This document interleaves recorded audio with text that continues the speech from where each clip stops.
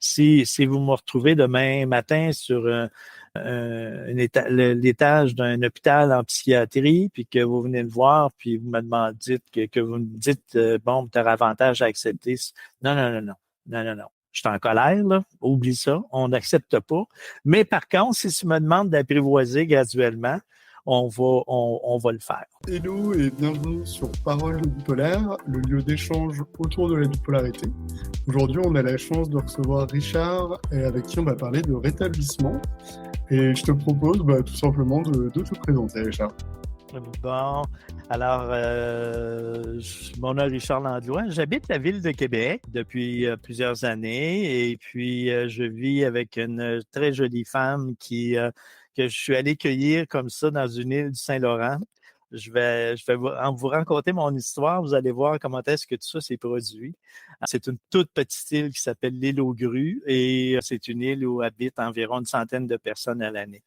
Toujours est-il que je suis une personne qui est fortement scolarisée. Donc, j'ai 2 baccalauréats, un certificat aussi à l'Université Laval. Et puis, l'Université Laval, c'est celle de Québec. Et puis, disons qu'au fur et à mesure que la vie avançait pour moi, il n'était pas question de devenir un carriériste. Je suis devenu un opportuniste. Alors, pourquoi ça? C'est que effectivement, il s'est présenté toutes sortes d'occasions, dont un épisode de trouble bipolaire rocambolesque que j'ai vécu dans les années 96-97. Puis quand je dis rocambolesque, c'était manie, psychose, délire mystique, puis après ça, 3 phases de dépression majeure, tout ça dans la même année. Puis en parallèle, j'ai vécu une séparation et puis aussi la perte d'un emploi que j'aimais énormément. Alors, c'est un petit peu à ça que ça ressemble. Ça ressemble à un roman catastrophe, mais vous allez voir que ça peut prendre une autre tangente aussi. Alors, c'est ce qui m'est arrivé. Donc, au bout de cette année-là, je me suis retrouvé effectivement à l'île aux Grues, donc une toute petite île. Et puis, 3 semaines après être entré à l'île, j'ai rencontré cette femme qui s'appelle Fabienne, qui a un nom français, donc avec laquelle j'habite maintenant depuis au-delà de 25 ans. On ne sait pas ce que la vie nous réserve, hein? Alors, ça a été fulgurant avec elle. Puis, elle n'a pas eu peur. Il y a Vous savez, la détresse, au niveau du trouble bipolaire, il y a beaucoup de personnes qui souffrent. Souvent, je dirais de façon, je dirais pas temporaire, mais pendant une certaine période de temps. Puis il arrive qu'effectivement, il se passe un moment donné où on peut passer à d'autres choses pour toutes sortes de raisons. Je vais vous parler d'ailleurs de ma vision de ça. Et moi, à l'île aux Grues, quand j'ai rencontré Fabienne, je lui ai prêté un petit livre qui s'appelait Les hauts et les bas de la maniaco-dépression, parce qu'à l'époque, on appelait ça de la maniaco-dépression. Et c'était écrit par un couple du Nouveau-Brunswick, le Nouveau-Brunswick étant la province voisine du Québec. Et puis, je lui ai prêté le livre, puis elle m'est revenue, parce que je voulais qu'elle sache, je voulais pas qu'elle apprenne par la bande que Richard est arrivé à l'île suite à un épisode de trouble bipolaire. Donc, je lui ai prêté le livre, puis quelques jours après, elle m'est revenue en me regardant et en me disant « Moi, Richard, ça ne me fait pas peur. » Fait que ça m'a comme fait drôle un petit peu. Je me dis « Elle est plus vieille à l'envers que moi. Pour moi, cette femme-là, qu'est-ce qu'elle a? » Fait que, puis là, elle me regarde, puis droit dans les yeux, puis elle dit « Tu sais, Richard, elle dit, moi, je vis avec un père qui a un diabète très sévère. Il est amputé d'une jambe, il est amputé du pied de l'autre jambe, et puis il y a un sac parce qu'il y a un cancer du côlon. » Fait que, puis là, après ça, elle me regarde, puis elle dit, si tu as le goût de rencontrer quelqu'un qui aime la vie, puis qui fonce dans la vie ici à l'île aux Grues, je t'invite à rencontrer mon père. Fait que ma vision des choses s'est complètement transformée à ce moment-là, parce que évidemment, quand on est près de la crise, on est comme centré sur soi. Puis des fois même, on s'imagine qu'on est tout seul à souffrir, puis on s'imagine, bon, ça va être difficile de s'en sortir, etc. Puis cette rencontre-là avec Fabienne, puis après ça, la rencontre de son père, ça m'a amené à penser qu'effectivement, la détresse peut prendre toutes sortes de formes.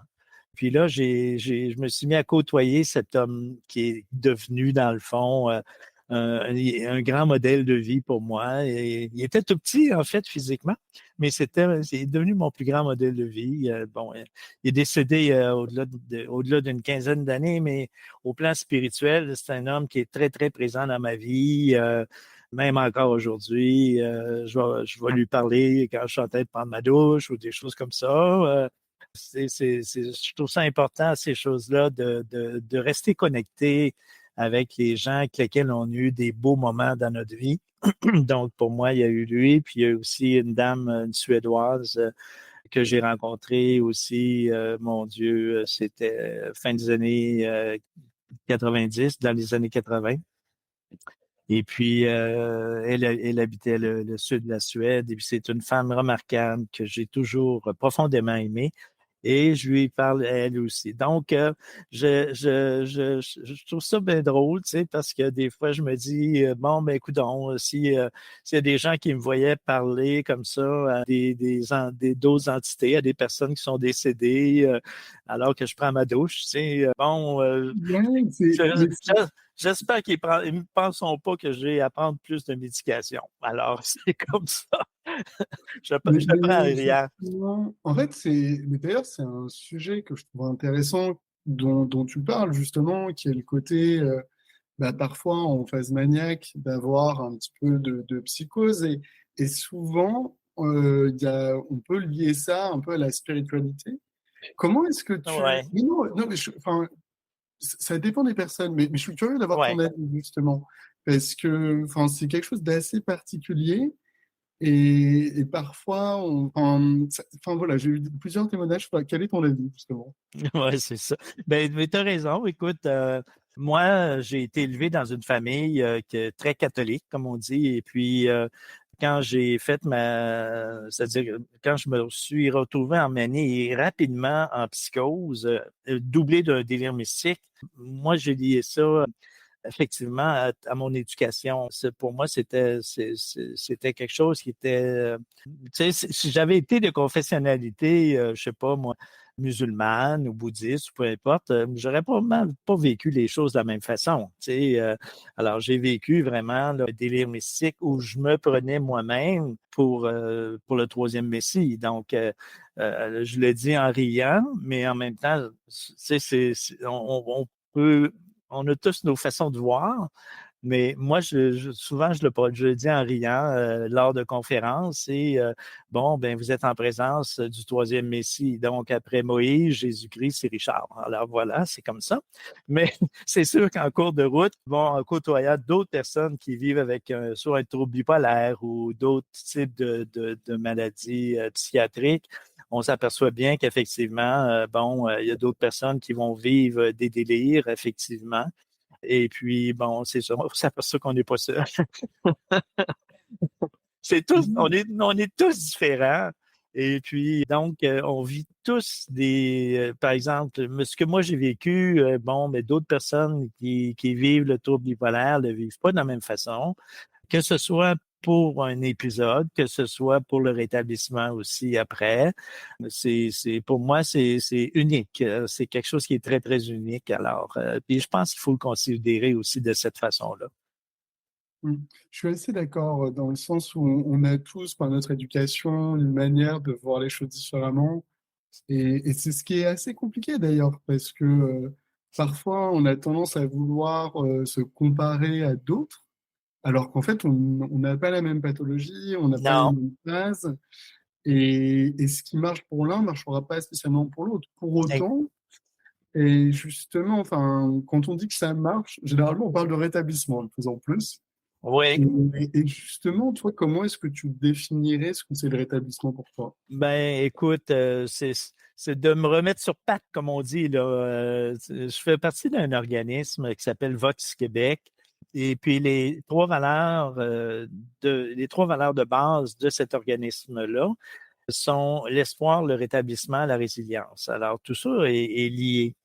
Et pour moi, ça a été de prendre le temps et de poser les gestes, c'est-à-dire quand je dis poser les gestes, c'est tout d'abord semer. Le mot semer, pour moi, il est très, très important. Autrement dit, il y a toutes sortes d'outils qui sont disponibles, mais si tu ne passes pas à l'action, si tu ne te responsabilises pas, il ne se passera rien.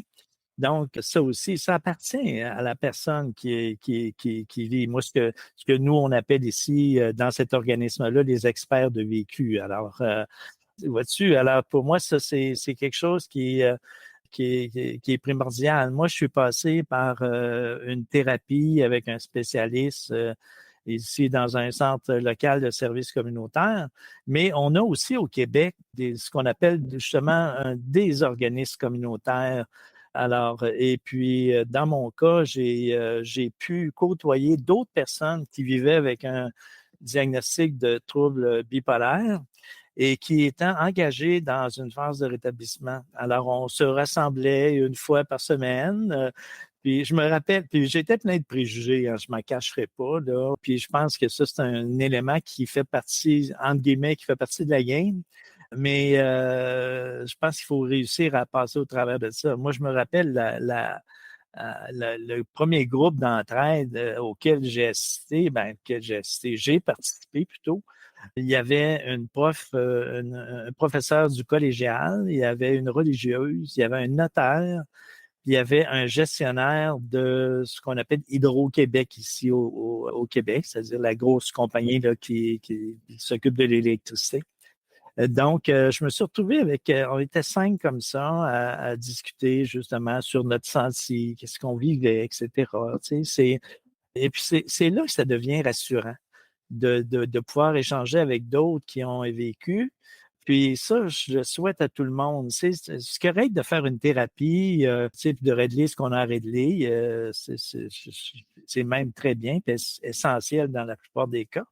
Mais d'avoir un groupe d'entraide comme ça, c'est quelque chose on perd pas ça. Moi, aujourd'hui encore, je vais prendre le déjeuner avec certaines de ces personnes-là. C'est précieux, là. Vous avez on peut pas savoir comment est-ce que ça peut être précieux. Puis, chacun est rendu à différents niveaux dans son rétablissement. Puis, c'est ça, on avance comme ça. Puis, souvent, ben, il y a un sujet qui va ressortir. Puis, on va faire 1 heure comme ça à exprimer notre senti. Puis, après ça, dans la 2e heure, on va parler d'un sujet qui nous préoccupe ou un sujet d'actualité ou des trucs qui ressemblent à ça. Alors, à Québec, il y a un centre qui s'appelle le Centre L'Équilibre. Moi, j'ai été là pendant plusieurs années.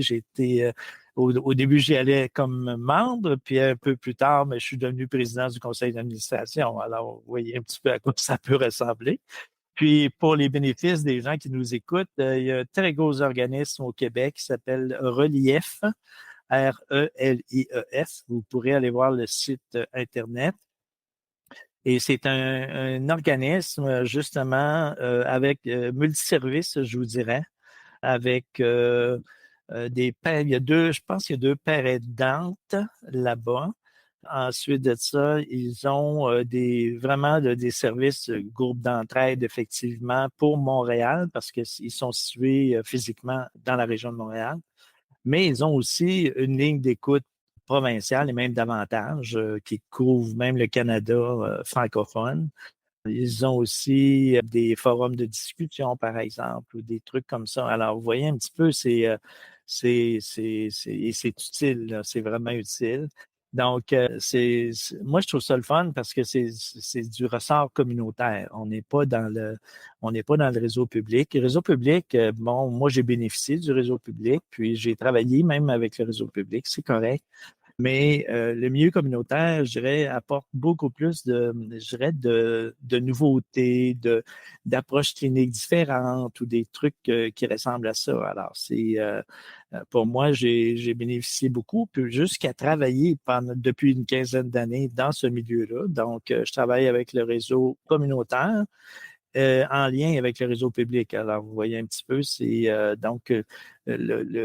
ici à Québec, on a au-delà de 45 organismes communautaires liés aux enjeux de santé mentale. Alors, ça vous donne une idée, mais tantôt, c'est des organismes qui touchent, je sais pas moi, l'intégration au travail. Tantôt, ça peut être la promotion-prévention.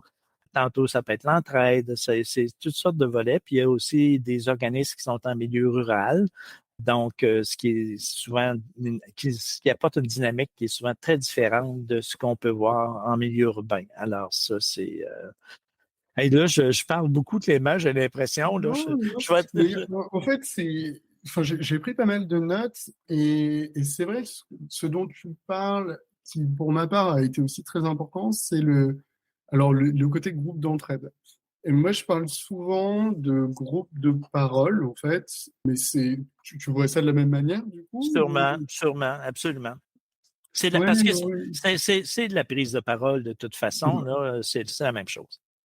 Non, non, c'est ça. Et c'est vrai que pour moi aussi, ça a été très important de pouvoir, en fait, de parler à des personnes qui ont vécu des choses un peu différentes, mais tout de même avec une certaine ressemblance et un peu d'expliquer son vécu, ce qu'on a eu comme difficulté, parler un petit peu de ses phases qu'on a mis en place. Et toi, donc, après, tu nous expliquais, c'est vrai que c'est intéressant de voir ce qui se passe au Canada et notamment au Québec, l'importance d'avoir plein d'organismes différents qui vont travailler ensemble pour t'aider à justement atteindre tes objectifs. Ouais. Et je parle d'objectifs, mais toi, donc, tu définissais donc, tu avais l'espoir, le rétablissement, la résilience. Et si on parle de toi, ton rétablissement, comment est-ce que tu l'expliquerais justement? Ah mon Dieu, c'est une belle question. La première des choses, je pense qu'il y a une question de valeur là-dedans. Tantôt, on parlait de spiritualité. J'ai jamais décroché de mes valeurs. Oui, je souffrais. Oui, je vivais une tristesse. Je me suis séparé en phase de manie. J'ai perdu un beau travail, malheureusement. Fait que puis je n'ai pas à bout de m'en sortir dans le sens que la médication qu'on me donnait, ça a pris 1 an avant de faire effet. Puis moi, à l'époque, je vais le mentionner, mais j'aime pas le mentionner parce que si c'est bon pour moi, ça veut pas dire que c'est bon pour tout le monde. OK? Alors pour moi, c'est du lithium à l'époque. Et puis, ça a fait effet pendant plusieurs années, sauf que ça a pris 1 an avant de s'installer. Donc, c'est pour ça que j'ai eu des hauts et des bas pendant tout 1 an. Je repartais, comme on dit, j'ai fait mon gros épisode. À un moment donné, je repartais un petit peu comme en hypomanie, si on veut, là. Puis, mais là, les gens autour de moi, bon, ils étaient bien fins, là, mais ils connaissaient la maladie, là. Fait qu'ils ils me ramassaient, puis je me retrouvais à l'hôpital dans le temps de le dire. Puis là, je me retrouvais en phase dépressive aussi. Ça, c'est, tu sais, de vivre 3 phases dépressives majeures dans la même année. Au bout de tout ça, tu te poses de sérieuses questions. Tu te dis, tu sais, c'est mieux de pas arriver encore trop souvent, là, parce que, tu sais, je veux pas dire que je vais avoir des idées suicidaires, mais en même temps, je voudrais pas passer ma vie comme ça. Tu sais, mais en parallèle, ben c'est ça, j'avais le groupe d'entraide là que je parlais tantôt. À l'époque, ça s'appelait pas le Centre L'équilibre, ça s'appelait le Centre d'entraide du trouble affectif bipolaire de Québec. Ce qui est pas stigmatisant pantoute comme terminologie, mais c'est pas grave. Donc, ça a changé de nom en cours de route, c'est correct. On peut évoluer au fil du temps. Alors, c'est correct. Pour moi, c'est ça qui a été le plus déterminant. Autre élément déterminant, c'est que les gens alentour de moi, mes parents particulièrement, parce que je suis allé demeurer chez mes parents pendant une certaine période de temps, se sont pris en main eux aussi. Puis il existe des organismes pour les membres de l'entourage. Il y en a au Québec, il y en a 45. Je sais qu'en France, c'est UNAFAM, si je me souviens bien, là. C'est les plus connus. Après, il y en a d'autres, mais c'est vrai que c'est eux qui sont les plus connus. Je mettrai d'ailleurs le lien dans la description. Ouais, Et, c'est ça. Puis il y a UNAFAM, il y a Similes en Belgique, il y en a un autre aussi en Suisse.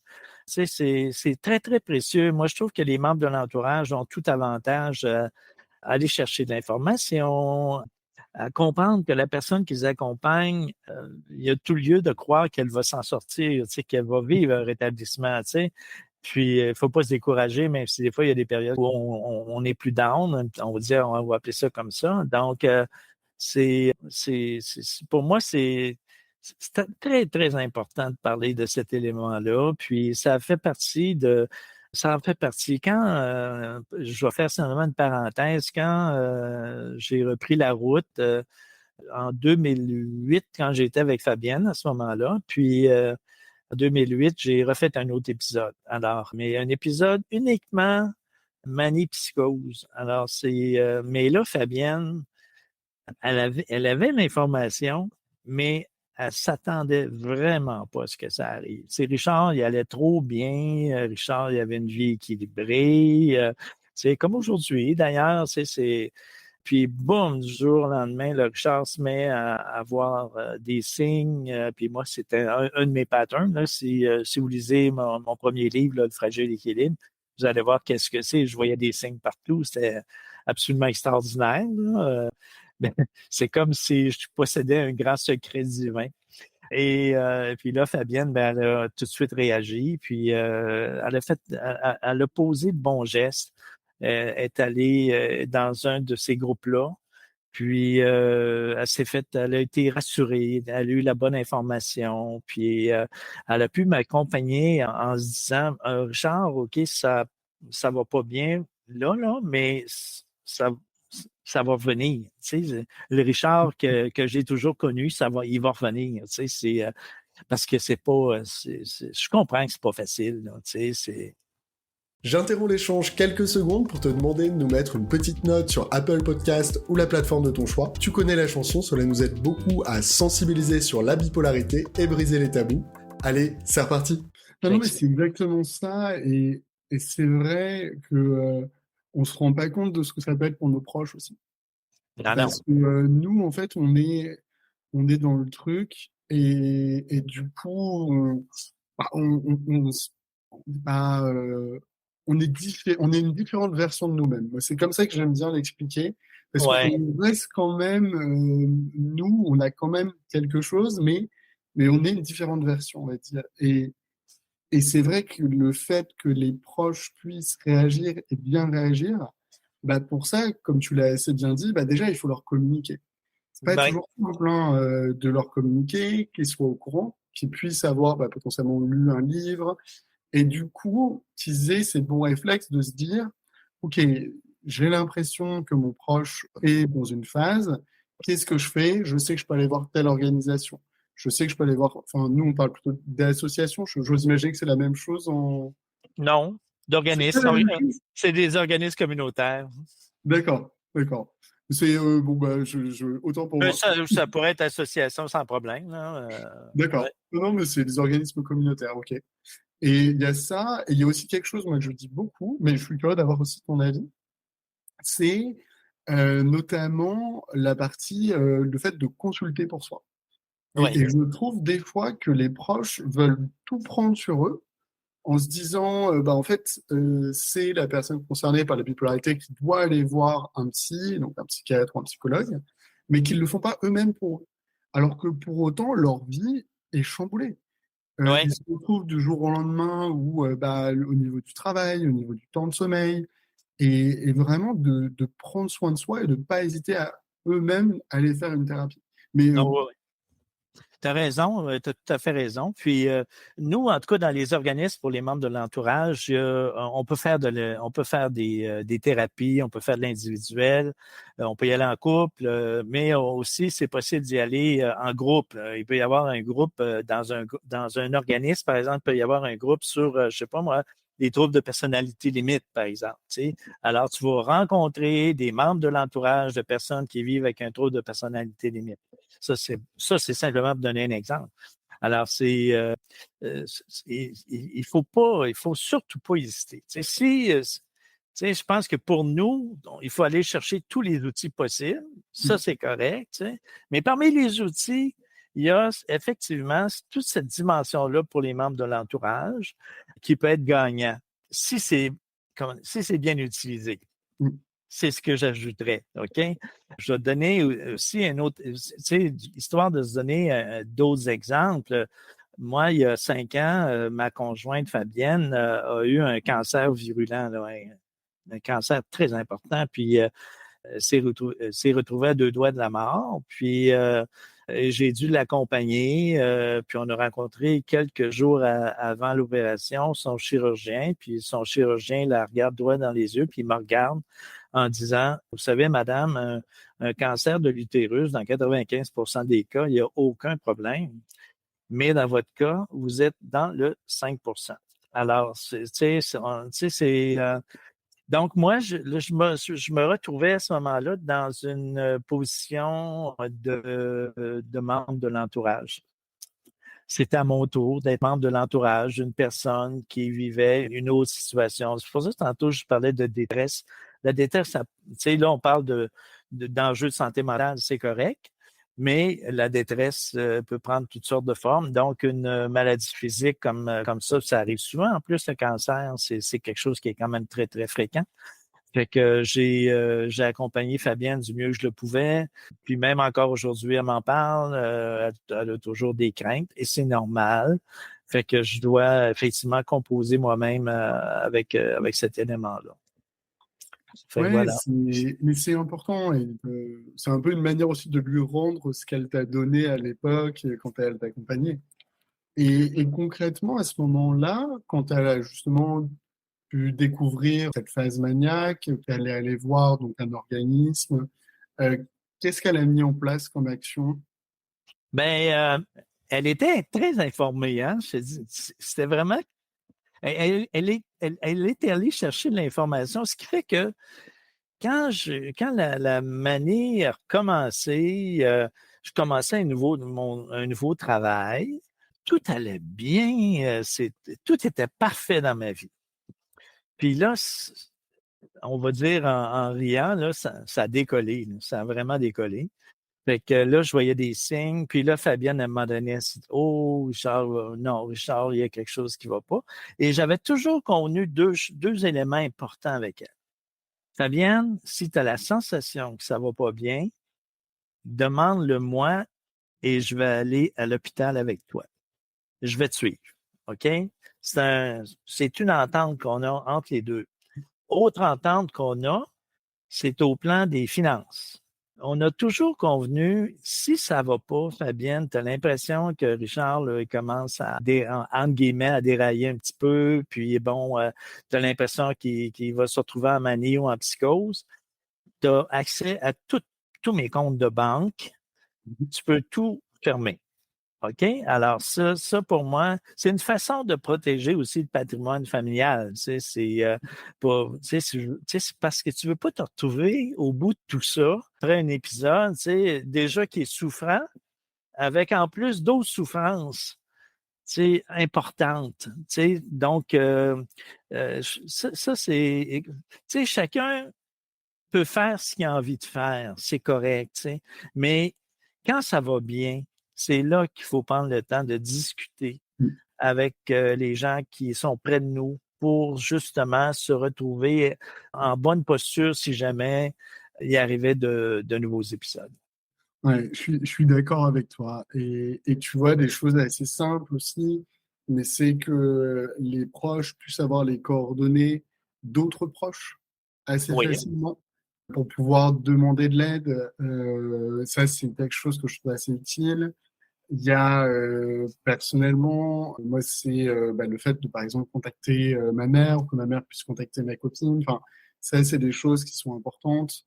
Oui. Le côté sommeil aussi, le côté sport, le fait moi j'ai demandé à mes amis proches, par exemple, de faire plus attention, par exemple, sur tout ce qui est soirée, consommation d'alcool, à pas me pousser sur ces choses-là. Et en fait, par exemple aussi et surtout, parce que personnellement, on a tous des moments où on sent que ça part un petit peu et c'est gérable. Mais il y a un peu ce côté où il faut tout de suite agir. Je sais pas comment toi tu le vois. Moi, c'est vraiment, il y a des moments où je vois le sommeil qui se dérègle un peu. Et en fait, tu sais que là, tu es dans un moment où tu as encore un peu conscience de ce qui se passe avant que ça soit potentiellement un peu plus puissant, en fait.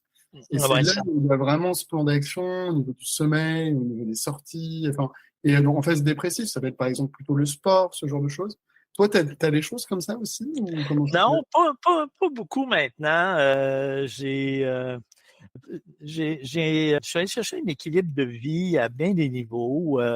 Par exemple, justement au niveau de la consommation de boissons, par exemple, moi, je suis rendu avec, je prends presque plus de vin.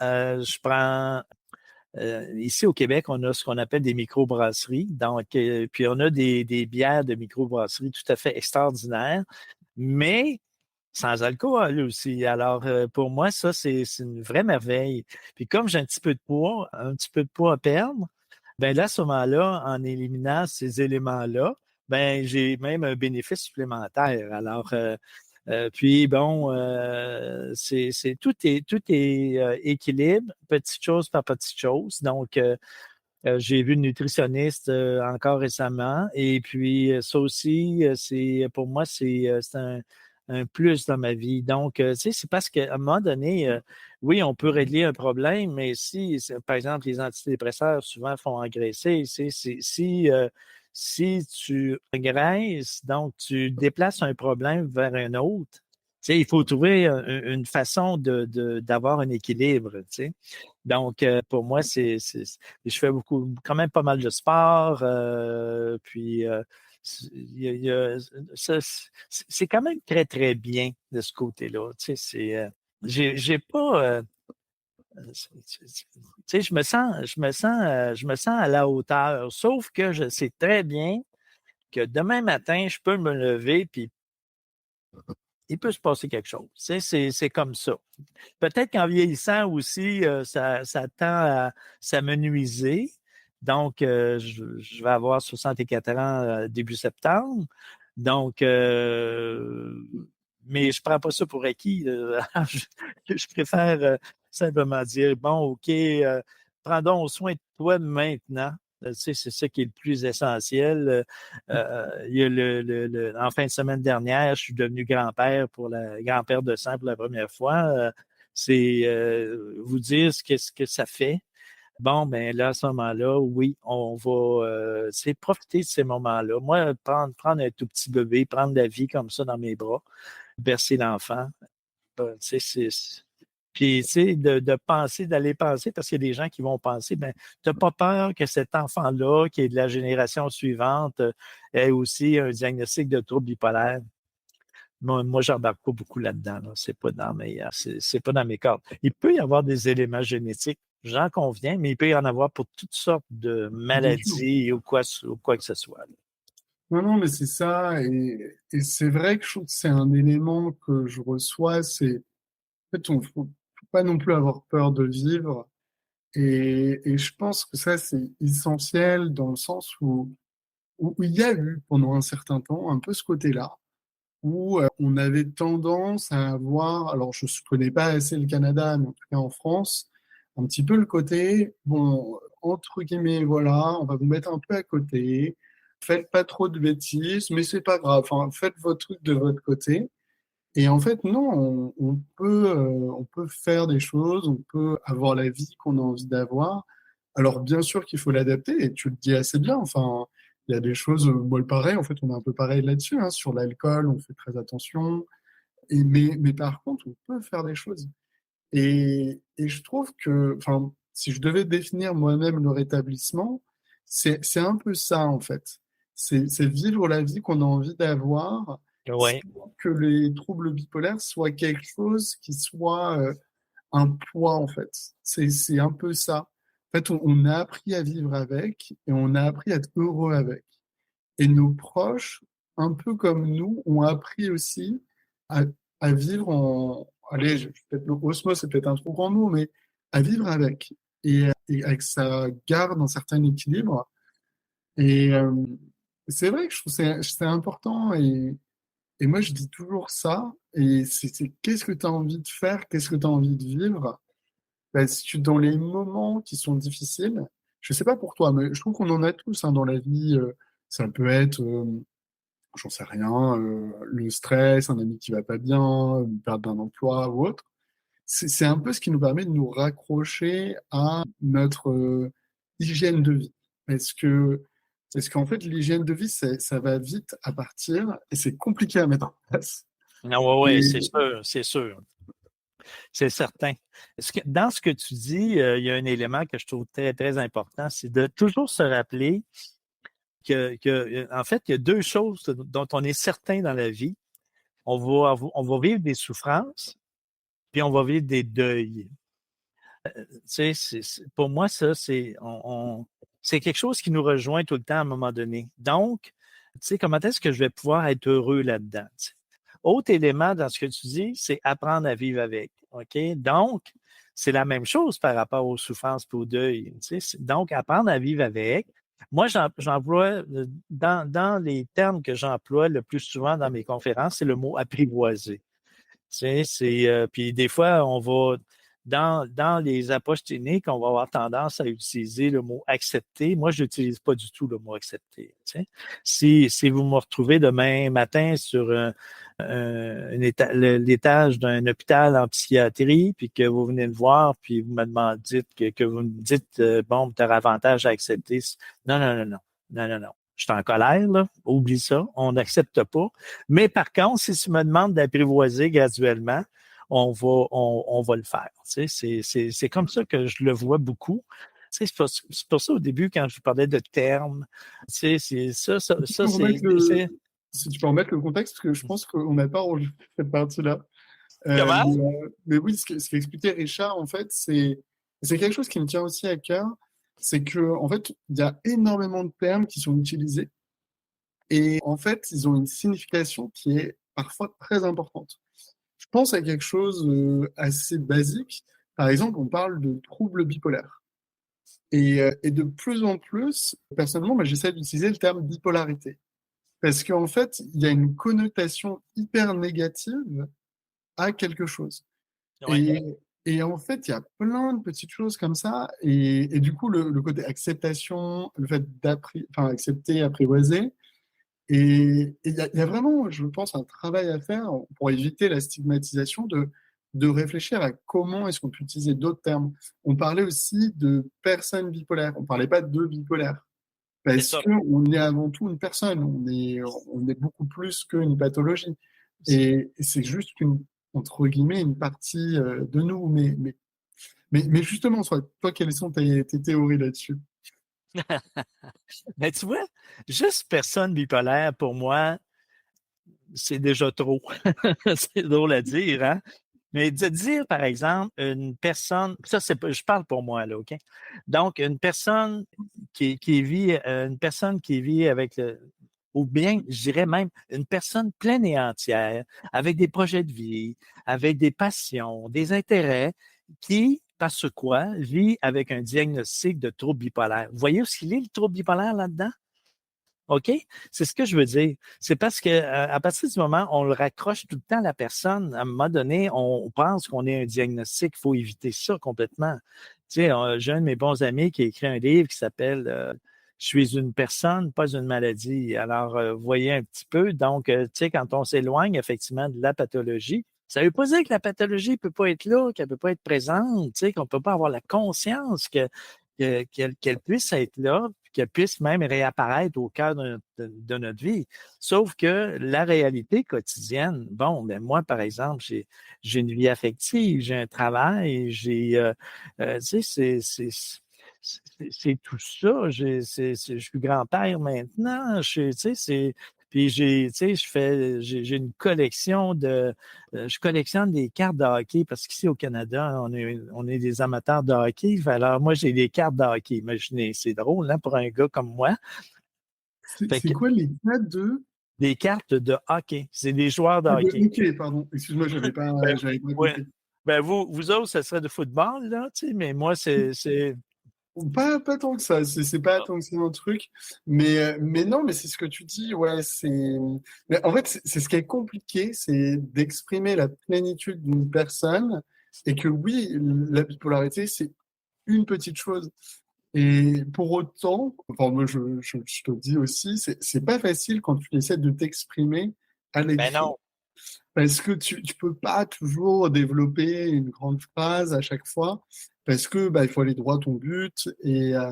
Mais c'est un sujet qui est assez intéressant et ça serait cool d'avoir un peu une nouvelle manière, mais pour les psychiatres, parce que je pense que c'est avant tout les psychiatres qui vont avoir un rôle déterminant là-dessus, d'enseigner la psychiatrie et de dire on va peut-être pas utiliser ce terme-là, on va essayer d'en utiliser d'autres. Et ça va peut-être même changer la perception de certains psychiatres sur justement la pathologie. Oui. Euh, Moi, je te dirais, écoute, c'est ça. Nous, bon, oui, les psychiatres, moi, je te dirais probablement tout ce qui est le réseau de la santé au complet. Tu sais, c'est un peu comme ça. Tu sais, ce qui est important, c'est pas d'arriver avec ce qu'on pense être la vérité, c'est peut-être davantage de réfléchir sur ce qui peut être bon pour une personne par exemple, je me retrouve sur un département de psychiatrie. Tu sais, comment est-ce que vous croyez que Richard aimerait être considéré? Là, on sort des mots. Tu sais, on part pas on part pas avec des expressions, on sort des mots. Tu sais. Fait que, tu sais, et puis moi, j'ai fait cet exercice-là justement dans le cadre d'ateliers au Nouveau-Brunswick. Et puis, le premier mot qui ressortait, là, c'était toujours respect.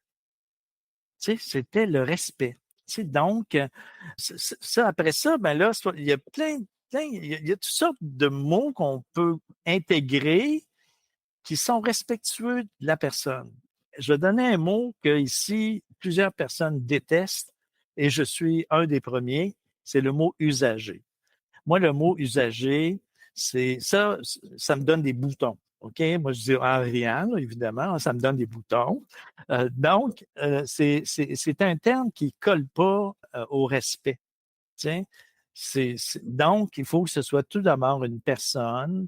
Tu sais, pourquoi usager? Ça colle à quoi ce terme-là? Je sais que c'est une vieille terminologie qui est souvent intégrée dans les lois, etc. Là. Mais il reste qu'on est rendu à une autre époque, à mon sens. Là. Puis, mais ça vient aussi, par exemple, de tout ce qui était users américains, puis etc. Mais on est rendu, tu sais, si toi et moi, on parle de personnes, bon, ben pourquoi est-ce qu'on on part pas de ce terme-là, donc la personne. Ici, par exemple, je sais qu'il y a des organismes qui vont parler de personnes concernées, par exemple. Tantôt, je t'ai parlé d'experts de vécu, donc des personnes vivant ou ayant vécu avec un enjeu de santé mentale. Il y en a pour tous les goûts. On est rendu avec un nouveau plan un nouveau plan santé mentale ici au Québec avec le ministère de la Santé et des services sociaux. Et dans ce plan-là, on a complètement évacué le mot usager. Ça n'existe plus. Donc, c'est 120 pages avec pas de mot usager. C'est le fun, ça? Moi, quand j'ai vu ça. Ça veut pas dire que c'est parfait. Non, non, bien sûr, mais c'est une belle évolution et il y a une prise de conscience en France. Alors, je dirais pas que c'est encore parfait, mais bon, en tout cas, il y a une réflexion là-dessus. Il y a une question que j'aime beaucoup poser pour un peu finir notre échange, même si on pourrait passer plus de temps, mais j'essaie de rester dans un temps assez limité. C'est si toi, tu avais une baguette magique, qu'est-ce que tu changerais dans la santé mentale? Faudrait que peut-être qu'en manie, je pourrais peut-être te répondre pas mal mieux. Écoute, le premier point, c'est c'est que quand on pense à la santé mentale, généralement, on pense à tout ce qui est curatif. Alors que, à mon sens, on doit mettre l'accent sur la promotion et la prévention. Donc, pour moi, tout ce qui est santé mentale, ça commence par l'enfant, quasiment l'enfant au berceau. C'est l'enfant dans les garderies, l'enfant dans les écoles primaires, secondaires, les capacités parentales aussi au travers de ça. Donc, tu sais, je pense que si on mettait beaucoup d'accent là-dessus, tu sais, dans le fond, c'est sur le savoir-être. Tu sais, c'est sur le savoir-être. Je pense qu'il y a beaucoup moins de monde qui se retrouvera à l'hôpital. C'est drôle à dire, hein, mais en tout cas, tu sais, si tu me parles de baguette magique, là, c'est vers là que je tendrais. C'est, c'est comme ça. Quand on a un diagnostic de trouble bipolaire, on peut penser à toutes sortes de patentes de même. C'est le fun, ça. Non, mais c'est assez bien dit Et moi, ce que je trouve très intéressant, c'est qu'on a tous une autre manière de faire, mais le côté, moi, c'est vrai que ça me tient aussi à cœur, le côté prévention, et vraiment le fait de comprendre que ce soit quelque chose de connu, et ça éviterait tellement de soucis, je suis d'accord avec ça. Maintenant, il y a tellement de choses à faire, mais c'est super de voir que tu peux y contribuer. Moi, je trouve ça assez sympa de ta part, même si c'est un peu dommage, on n'aura pas le temps de parler de tes bouquins, mais je vais quand même les mettre en lien. Enfin, je trouve ça intéressant pour vous, si vous avez envie justement de les découvrir. Ben, Et je te remercie vraiment. Enfin, c'était un échange, je trouve, très concret. C'est ce que j'ai aimé. Un peu à cœur ouvert. Et c'est ça que je trouve super, en tout cas. Et je tenais vraiment à te remercier. Ben, écoute, ça me fait plaisir. Puis je te remercie moi aussi parce que je trouve que tu respires, comment dirais-je, une espèce de joie de vivre quand même, là, tu sais. Fait que pour moi, c'est toujours plus agréable dans ce temps-là de pouvoir. Puis je pense que c'est important aussi, c'est d'avoir une ouverture d'esprit, tu sais, puis de penser que la différence est acceptable, tu sais, qu'on puisse penser de façon aussi différente, tu sais, puis mais avancer là-dedans, puis réfléchir dans la différence, tu sais, ça pour moi, c'est bien, bien important. Pour trouver toutes les informations autour de la bipolarité, je vous donne rendez-vous sur notre site internet hopestage.com, hopestage.com, et je vous dis à très bientôt.